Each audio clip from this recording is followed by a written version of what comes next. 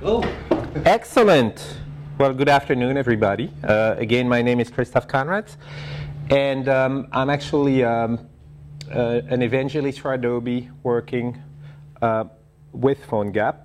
And with me is Brian LaRue, who is everything Phonegap. Brian, product management, engineering. I just hang out. All right, so you have to follow us on Twitter. That otherwise we don't start. That's how we get to. So also, you are Brian LaRue, right? In one word. Yeah. Okay. And I blog a lot about Phonegap applications, so you can find a lot of samples and stuff like that on my blog, and also on my GitHub repositories. And in fact, the application that we're going to build together today is actually available there, so make sure you check it out, and I'll guide you through it later in the presentation. I have a few questions for you, but just before we do that, what we're going to do today is basically talk about Phonegap for building real-life applications. This is not really about how to get started and how to build a hello world type of application, because I'm sure you have gone through that. So we'll do a little bit of review if needed. And in fact, why don't you tell me, how many people have used Phonegap 3 in the room? 3. When did 3 come out? July. In July, yeah. All right, so just to make sure then, how many people use the Phonegap CLI, which is the command line kind of approach to build apps? So you guys are using that, you guys not so much? Okay, so that's about 50% of the audience here. So we'll quickly review that to make sure you know all the tricks, and also for people who haven't done it. But then after that, what I noticed when we speak to developers is that that's kind of the easy part, and going through the docs and learn the APIs, that's fairly easy. So I'm not going to take you through all the APIs and tell you about each parameter of each function. That would be extremely boring. What I notice is that at some point people have a lot of questions about architecture and how to really do it right. Does a Phonegap application really have to be slow? And the answer to that is absolutely not. Okay. Can it scale? Can you build large applications? Yes, absolutely. And so this workshop is really a lot more about that than about getting started or going through all the APIs. One thing about this, and I'm going to have to do a lot of photoshopping after this to add a number of people to my picture, but usually I like to take pictures of my audience so I can add it to a trip report, but you can tell that I have a problem. But with Photoshop, I can take care of that. I can add a bunch of people. It's easy. Add more people. All right. So Stadium in the background. yeah, here we go. Which brings up a good question. What is that slide software, presentation software that I'm using here to do this presentation with you? Am I using Keypoint or PowerPoint or what is this? Yeah, exactly. Thank you. So my presentation is actually today a Phonegap application. This is a Phonegap application. I think it's really cool because it lets me show you really the APIs and experience the APIs right in the application without having to go back and forth between slides and then a sample app. So we'll do a lot of that. But since we are on this topic, Hugh, I think we would love to know the type of platforms that you guys are targeting with your application. So how many people here target iOS with what they are building? That's probably most of you, except you. Or see, that's a problem with a large audience like this, is that, you know, I know who you are. And how many people target Android? How many people target Bada?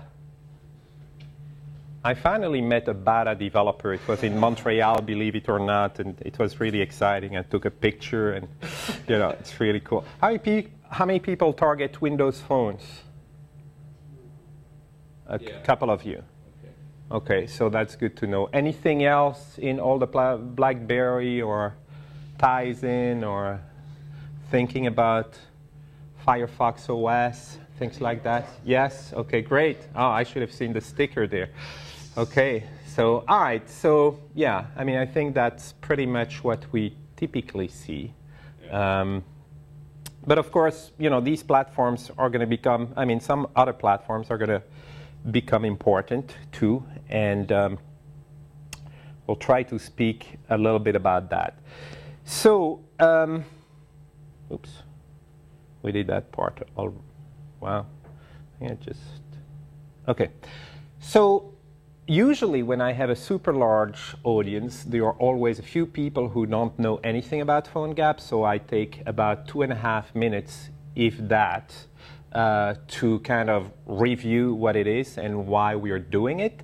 So I know that most of you know what it is, but so I'll do the very fast version of my 2.5 minutes.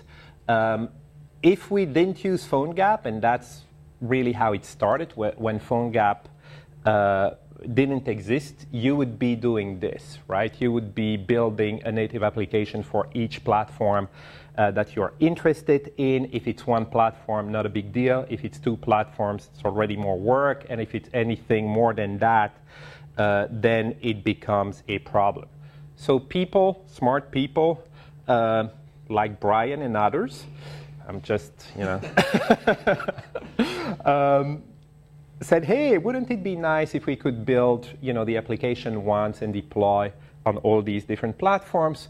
Would be nice to have an abstraction layer. But guess what? There is already an abstraction layer, and that abstraction layer is essentially the web stack. If you build with HTML, JavaScript, and CSS, you can deploy to all these different platforms and more. But how do you run your application on all these different platforms when you use the web stack? How do you do it? How do you run a web application on all these different platforms? In the browser, okay? Which is fine and cool, but some people said, hey, you know, these days it's a lot about apps, even though it becomes questionable, you know, the difference between apps and web apps running in the browser. Sometimes it's a little blurry, but still a lot of people want something that they can deploy on an app store, an application that they can install on their home screen. So the first idea was, you know, how can we package a web app and make it look like a native app? Because, as you know, if you try to deploy index.html to the Apple App Store, they're not going to take it. So what is Phonegap? The first thing that Phonegap is really a wrapper, right? It basically wraps your web app with a thin, very, very thin native app, okay, that you don't have to write because that's part of what is provided for you. But Phonegap is a wrapper. A hybrid application provides a wrapper around a web application. But guess what? If that's all you do, chances are that your application is still going to be rejected by Apple when you submit it to the App Store. Because if you read the license or the developer rules or whatever it is, they specifically call out that your application shouldn't be just a web app wrapped as an app. Because you know what they're going to tell you? They're going to tell you, it's cool, just deploy it as a web app in the browser. Okay? So please, if you want it to be deployed as an app, use features of your device. Okay? And so that is the second thing that Phonegap is. It is a bridge that provides you with a consistent JavaScript API to all the cool features that your phone provides or your device provides. By consistent, I mean when you develop the application, you don't have to wonder, am I running on iOS, am I running on Android, and then use a different API. It is the same geolocation API that you're using, and Phonegap is going to do the binding to the OS behind the scenes. Okay? You just use that same JavaScript API, and it's just going to work. Okay? And that's really it. And that's why I can't spend 4 hours today talking about Phonegap, because that's all it is. It's a wrapper and it's a bridge, okay? It's going to package your application as a native app, and it's going to give you a bunch of JavaScript APIs to access the features of your device, okay? If there was something exotic that you wanted to reach on your device, maybe a native API provided by someone else, you know, like you want to use the Dropbox API, you know, native API or something like that, and it's not in there, what do? Plug in, okay? Whatever is not in here, you always have a backdoor, and that backdoor is to write a plugin that's gonna provide a mapping between JavaScript and the native API provided by a third party, written by yourself, provided by a vendor, and we don't have a core plugin for that yet.